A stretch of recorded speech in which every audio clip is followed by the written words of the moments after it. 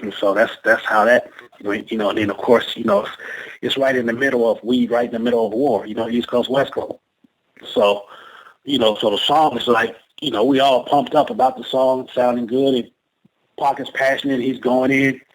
So, we didn't even talk about what happened or any of that kind of stuff. It just was like, we're going to get him, you know what I mean? On wax type thing.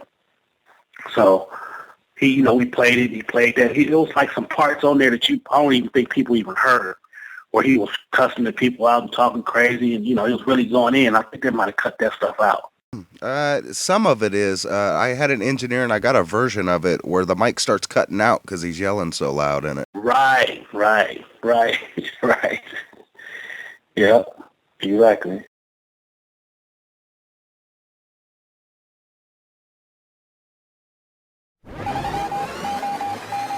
This is a Jmix exclusive.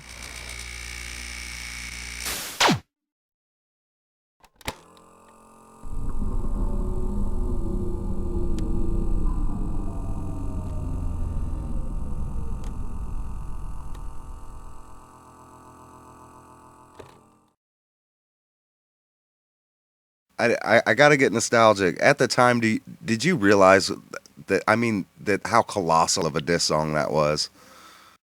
No, I didn't. But no one never knows. No, most of the time, you never really know the impact of a record is going to have when you're putting it out, So I can never tell. I don't even think you would think. We felt like it was going to be like a good, we knew that they were going to be mad about it, for sure. But we didn't know the impact it was going to really have in general.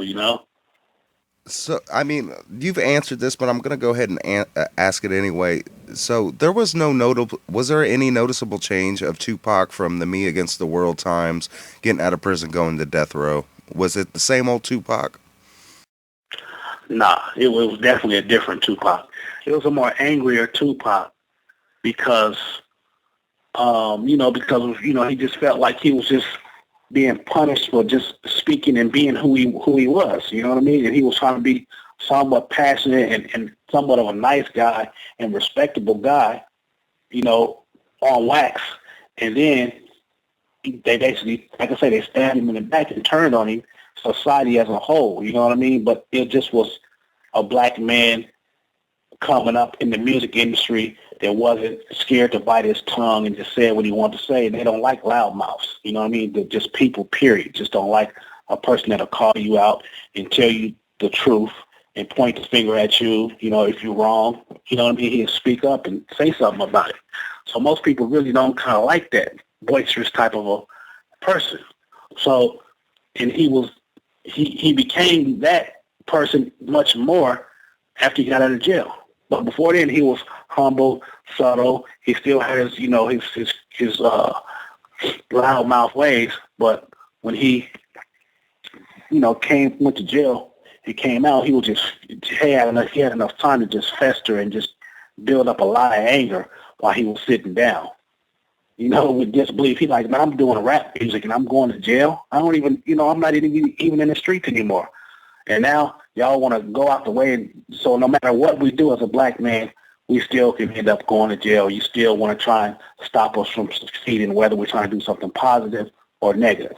So he felt that to the 10th degree, you know what I mean? Because he's real passionate about, black men being able to succeed and do things, positive things. So when you try and do that, he felt like it was a serious slap in the face.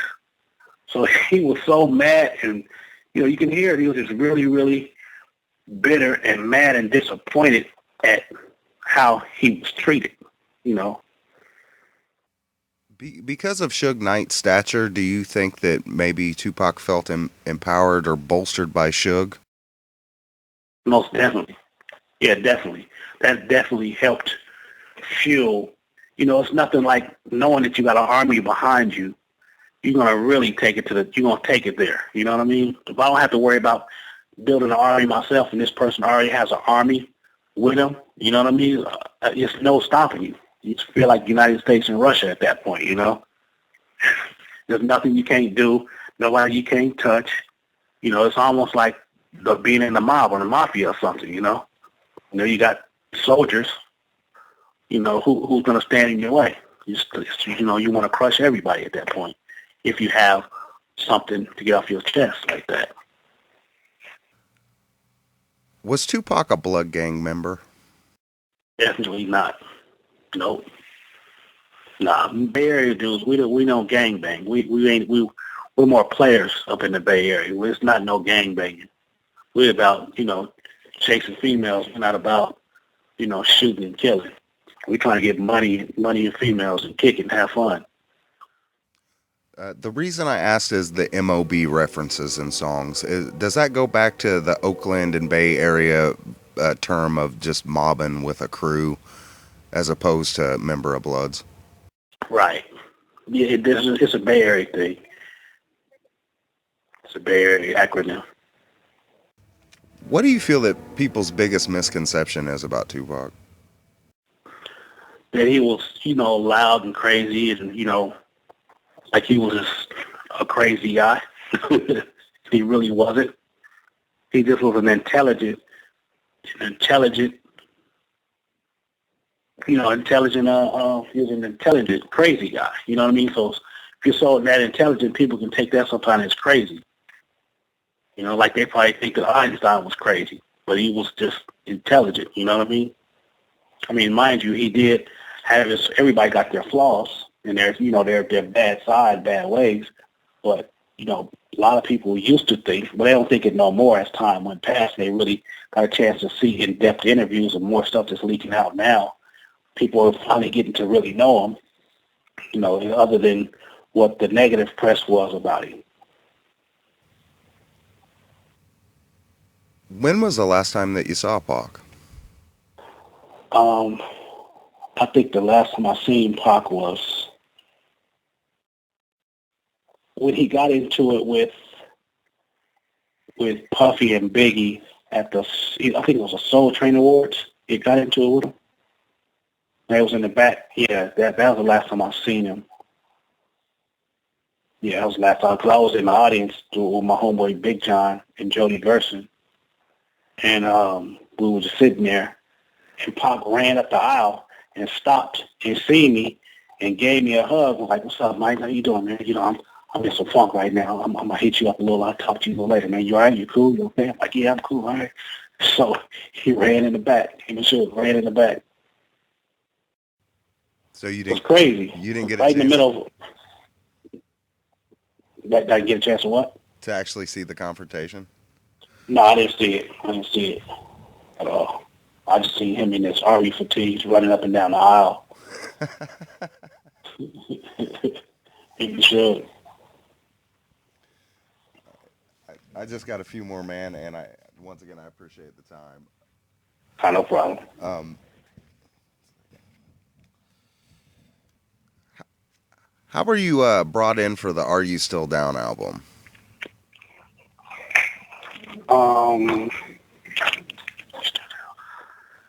What song was that? What song did I produce on that one? I'm Getting Money.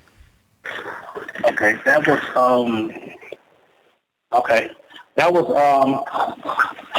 what happened was, this is when, you know, Pac died or whatever, and a thing had took over.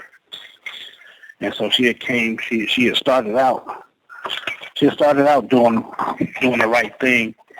You know, her first instinct was to work with everybody who knew Tupac. You know, so that's what her words. I want to work with everybody who knew my son, because I don't know this stuff, you know. So I want to bring everybody that he constantly worked with and put them on this project so that we can, you know, put out my son's last project. And so she contacted Layla, and she came up to the Bay Area, and we went to the studio and produced the song. She was there while I was producing it. And did you produce that from scratch? Yeah, that was produced from scratch, and that was from what happened there. I guess it was another song with music up underneath it. So I basically produced music to his a cappella track.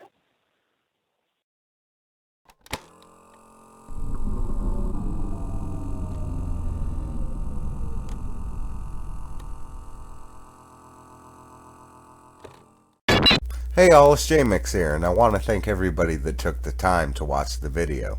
If you liked it, go ahead and throw it a like, maybe even a comment down below. And if you really like my content, check out my Patreon. The link is down below. For $1 a month, you get all the live streams, unedited as soon as they happen, plus interviews in advance and other bonus content. The link is in the description. If not, you guys could always watch one of the videos to the side of me. See you on the next upload. One love, everybody.